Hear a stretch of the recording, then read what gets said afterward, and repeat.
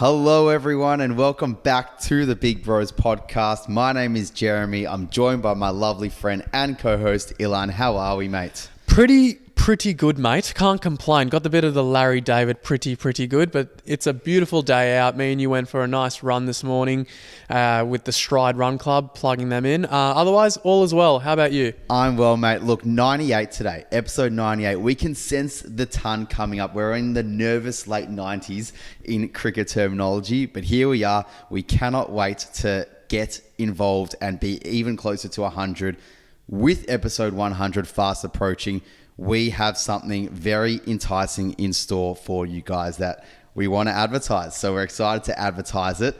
Now, for the episode coming up, episode 100, we are doing a Q&A. You guys loved the last one at episode 50. This one is going to be even bigger, and you guys are in the driver's seat for it. The way in which you can get involved is we are running a giveaway alongside of this episode 100 Q&A. The way it's going to work is we are going to give away 3 pretty solid prizes, okay? So reel them off. Let's go. So the first major prize is going to be a $250 Lucas Group restaurant voucher for you and someone you want to go along with, or it might be a group of you. And Lucas Group involves Kisume, Chin Chin, Mr. Miyagi. Don't know about Mr. Miyagi. There's a heap. It is. It could be. You know, actually, it might be. Yakimono, yeah. Society, far out. I'm such a snob reeling them off. But it's really solid. And $250 will get you a fair dinner. You might even have a bit of leftover for the next time. What's the second one? The second one is going to be a $150 Lululemon gift voucher. So for all of you guys that are into your health and fitness, you can get yourself a nice little nifty pair of activewear.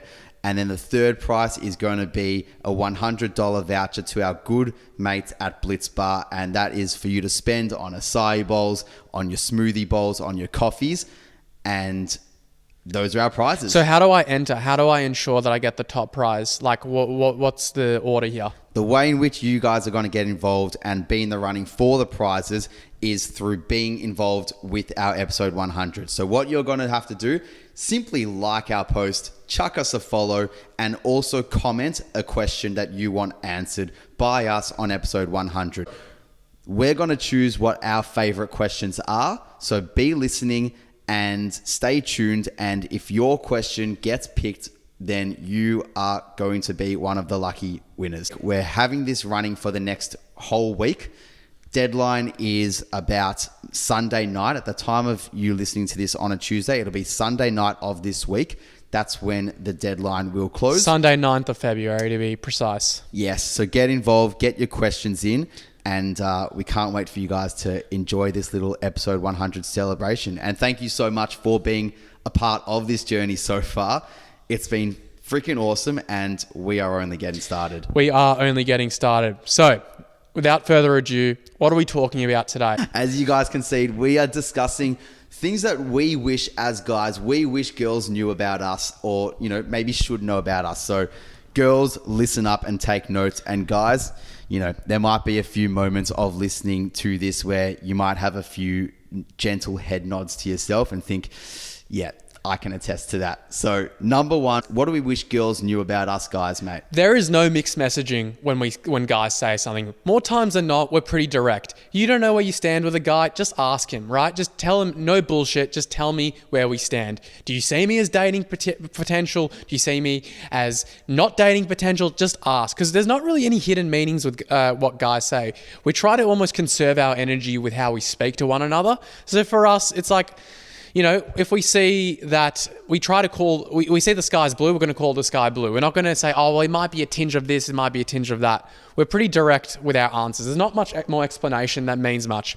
Second point, I wanted to ask you, do story views mean much on Instagram? Absolutely nothing. Absolutely nothing. And we know that, you know, sometimes girls might have the tendency to look into things on social media a bit too deeply. Just gonna say it, you know, you might be assessing the story views, whether he has viewed your story, whether he's liked your story.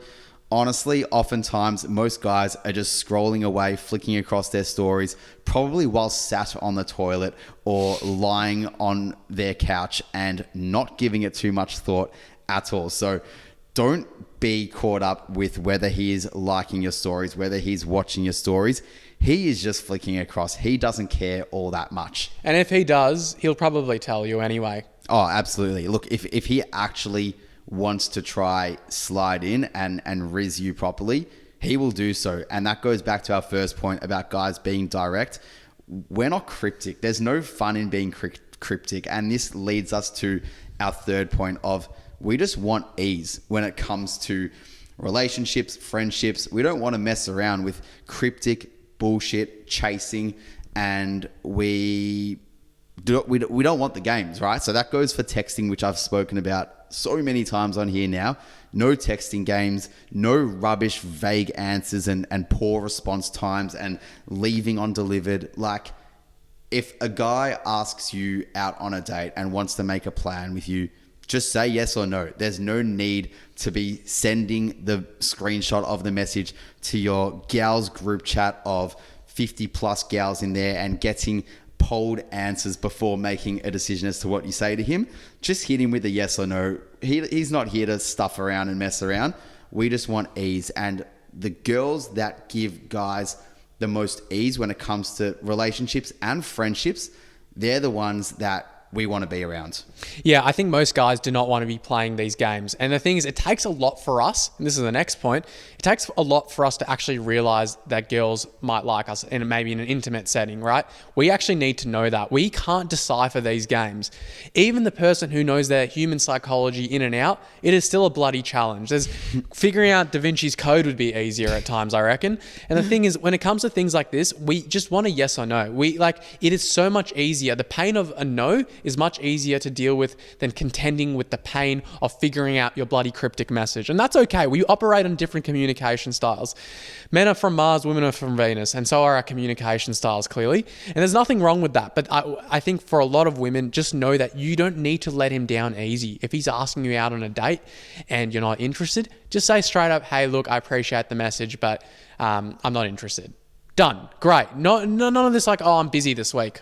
Okay, well, you're not proposing a second day. Is like, are you keen but not really? Like, we don't want those cryptic messages, do we? No, and with that cryptic message, like, he's probably just going to hit you back up again and be like, okay, well, what about so-and-so date? And then you're just going to be going around in circles again, coming back with another cryptic, vague message as to why you can't attend because your dog is all of a sudden unwell and you need to take him to the vet. Like, none of that bullshit is of interest to us. So if a guy asks you, just say yes or no and go from there. Now, with that point still about, not really knowing if you like us, I think that what comes to mind when I think of that is because as guys, we've been through this game so many times. We've been through the game where, you're talking to a girl, it's going great, you think it's going great, and you're going back and forth. Maybe you've gone on 2 to 3 dates. There's been dinner. Maybe you've had like a first kiss as well. And, you've expressed to her that, you're vibing her and you're liking her, and she might say it back. But, we still know in the back of our heads that at any point that can come crashing down. We've been burnt in the past, and that's okay. Nobody owes us anything, right?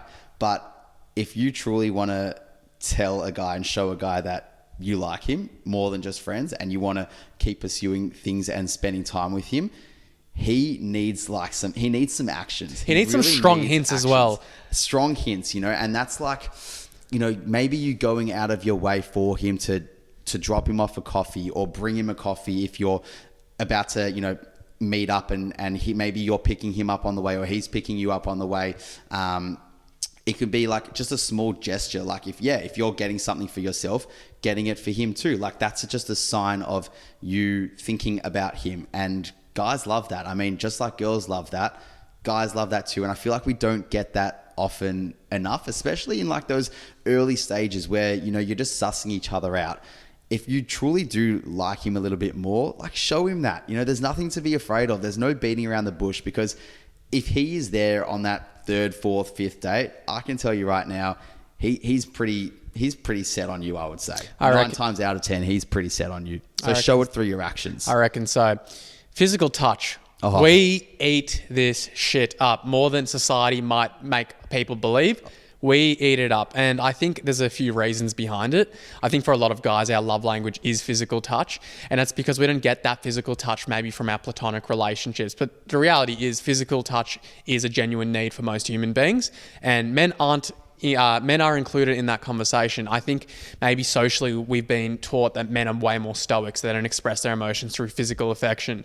But I suppose in that relationship context, men love it, right? And they might not even show it to you, but deep down there's a lot going on for that person. They feel protected, they feel warm, they feel supported. And I think I wouldn't buy into maybe the social narrative that guys don't eat up physical touch, because I think we do. I can say safely, I love that. That's probably my physical. I fucking love it. That's my love language. I think it is yours as well. Same. Yeah, absolutely. And I think that also goes for things like compliments as well. I know my other love language would probably be words of reassurance, and compliments, whilst can be kind of play into that a little bit.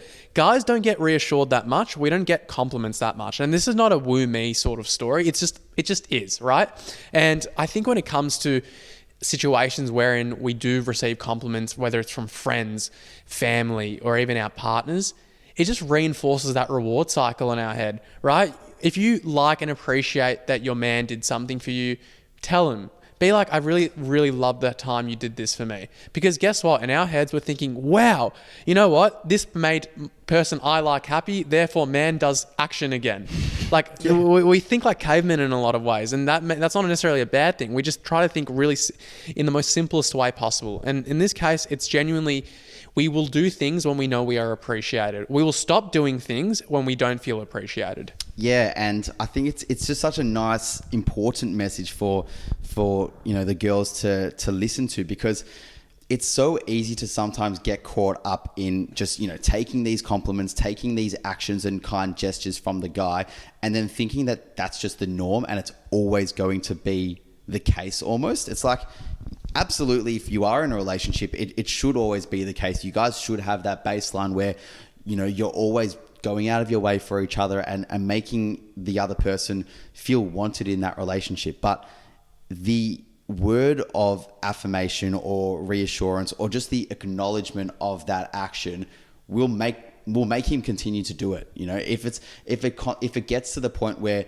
you stop saying thank you, or the thank yous become more with a mass description of kind of like just expecting it, like obligatory as well. Yeah, obligatory. That's where he might just feel like, okay, it just feels like the norm now, but does she really appreciate it? Is she really noticing how much I'm going out of my way for her here? And it works both ways. Like, that guy really will want to feel that same level of reciprocation from you too. And I think that can get lost in times of early dating in particular, like maybe that first couple of months. Like, you'd hope that it picks up from the girls' end, around that couple month stage. I feel like that's when you start to feel a lot closer with one another, and it can pick up that way. But in those early times as well, you might not be going out of your way for him as much as he is for you, but just show that acknowledgement, show that appreciation, and he will continue to deliver and do so. Jeremy, can I ask you a question? Yeah. Do guys only want one thing, and that's sex? No, absolutely not. And this is something, again, that I think a lot of girls think about us guys, is that we just want to get into the bedroom and get your clothes off, when in actual fact, it's not. There's a lot of us out there that just love a cuddle, that just love a snuggle, that just want to be up in your arms. We want you to just pounce on us from behind without us knowing about it. And that can often be one of the best forms of intimacy for us. It's not all about sex. It's not all about getting frisky like that. It's, those moments where you're not expecting that hug from behind. You're not expecting, that softness of touch from your partner, whether they're tickling you in a way, or you're just laughing, or you're just being in silence with one another and you're just enjoying each other's company in each other's arms. Like, that is like such a beautiful moment of intimacy, and guys eat that shit up. Oh, we do. And the thing is, it's not just because we like the physical aspect for the sake of it being physical, but because it leads to a consequence, which is we feel emotionally closer to you, which is what everyone naturally wants. Males or females, we want to feel emotionally close to the people that we care about. And for that, physical touch is an excellent vehicle of doing that. Another one that's quite interesting that a lot of women might not know is that we don't find the same things attractive as you do, generally speaking. So for a lot of girls, it might be common to be attracted to the guy who earns six figures, works at a high corporate job, is very high status in terms of like the financial means. But for guys, we don't really care about that as much as you think we do. Like, it might be important to you, but don't conflate just because you find that attractive, we will as well. For us, we just want someone kind, supportive, and caring. And there's not much there really. It's just being kind, being supportive, and knowing that we can actually talk to you. We're not that enamored by how much money you make. Sure, but one thing I will preface is we love your ambition. Ambition's very different. But if you're on a first date and all you're talking about is your investment banking job where you're working 15, 16 hours, but you're earning a fuck ton of money, that's not going to really impress us, because we're more interested by whether you love it, whether you derive fulfillment from it. Because those superficial things doesn't really entice us. Yeah, we are so much more attracted to the charisma of the person, you know, their sense of just love for life, and their, like you said, ambition and desire. And, you know, if you're just a rubbish collector in the street and that is your job, but you do it with passion, you do it with a sense of fulfillment and enjoyment, the guy won't care. Like, the guy does not care what the job is. It can be something as, you know, as silly as that. But if you do it with passion, you do it with a sense of love and desire, and, you know, you make it in a way that, you know, you want to maybe also be ambitious towards it and grow in whatever that field of occupation is, that's what's going to draw him to you. Not what the job is, not what the pay package is, but what your attitude is to it. We are not mind readers as men, are we? We're not, even though half of the female population thinks we are. So when I'm ordering food late at night for myself, oh mate, getting some Uber Eats. Well, you've already fucked up there, because it shouldn't just be for yourself. Never. Correct. And I think, I know this now, and I figured this out, I think a few years ago, early on in my dating experiences. But yeah, like, just tell us that you want something to eat as well, right? Because now it's at the point where even if you tell, I'm not going to even ask you, I'm just going to order for you. And maybe that's what you want, right? And that's fine. But tell your man that. Tell him that, like, I don't want you to ask me. I want you to just order it. Because he will, I promise you. Men will follow directions so easy. Like, so we are trained almost to be subservient to females in a lot of ways. Not in every way, but you want to do something, get it done. Like, we will follow that direct. We don't want complication. Yeah, no, we don't want complication. And yeah, it's as simple as that. Like, we're not mind readers. Like, we are, you know, we're beings that require, like, direct to the point communication. And yeah, like, if it comes to things like gifts, and it comes to things like dinners and meals, just tell us what you really think and tell us what you really want. And that's all we need to hear. But guys, if you are listening, when in doubt, just buy her that burrito anyway. You know, it's the worst thing that can happen is you eat it yourself tomorrow if she really doesn't like it. And if you've gone and ordered her a chicken burrito and she's actually a vegetarian, I think most women would appreciate the thought and the gesture regardless. You reckon? I would think they would say, "Are you kidding me? He knows I'm vegetarian and he ordered me a chicken burrito." Well, you know, she just might not be the right one for you, or it just might be a sense of you guys haven't truly understood each other well enough and you just have some work to do, and that's okay.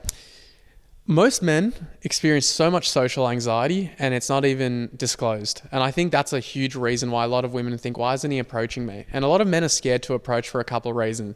First one is they don't want to be humiliated. It's not just the rejection. It's the potential of the rejection. Is the worst thing that they can say is just no? Well, for a man, that's not what they're thinking. They're not thinking it could be just no. Is that going to go in their group chat? Are they going to get embarrassed? Are they going to get labeled as potentially harassing them when they're not? Yeah. And I think the Me Too movement had a bit of contribution in terms of that. Yep. So that's a huge thing that a lot of women are encouraged to think about, is that a lot of times that a guy isn't initiating with you isn't because necessarily he wants to, it's because he's scared to. And he's scared to not necessarily because of just you saying no, but because of maybe what else might occur from it. And that's, I think, more a man's problem than it is a woman's problem, in the sense of, like, I think men should still expose themselves to these anxiety-provoking situations. It's better through than avoiding it. And I think most times, I do believe most women will have quite kind. And look, if they're not interested, they'll tell you. They're not going to try your deepest fears of it's going to be worse than her just saying no. It won't actually eventuate. But that is a huge reason why a lot of men don't approach you. Yeah, and look, I'm a traditionalist when it comes to these things. I truly think, it should often be the guy to go up and do the approaching to the girl and ask her out and make that first move.